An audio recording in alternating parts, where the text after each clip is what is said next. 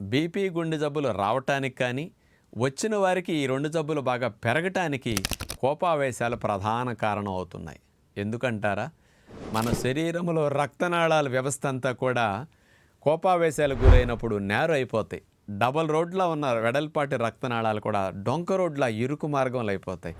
ఇరుకు మార్గంలో రక్తాన్ని తోయాలంటే గుండె వేగం పెంచాలి, ప్రెషర్ పెంచాలి. అందుకని గుండెకి శ్రమ అవుతుంది, హై బీపీ పెరిగిపోతుంది. కండరాలన్నీ కూడా బిగుసుకుంటాయి కోపావేశాలు వచ్చినప్పుడు. దీనివల్ల గుండె జబ్బులు, బీపీలు పెరగటంతో ఆయుక్షీణం జరుగుతుంది. అకారణంగా ఎప్పుడు అటాక్స్ వస్తాయో కూడా తెలియదు.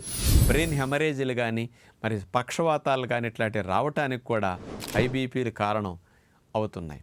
కాబట్టి ఇలాంటి సమస్యలకు కూడా మెడిటేషన్ లాంటివి చేయటం, ప్రాణాయామం లాంటివి చేయటం, పాజిటివ్ థింకింగ్లో ఉండటం, కూల్గా కామ్గా ఉండటం అనేది గుండె జబ్బులు, బీపీలు తగ్గించుకోవటానికి బాగా ఉపయోగపడతాయని మరవకండి.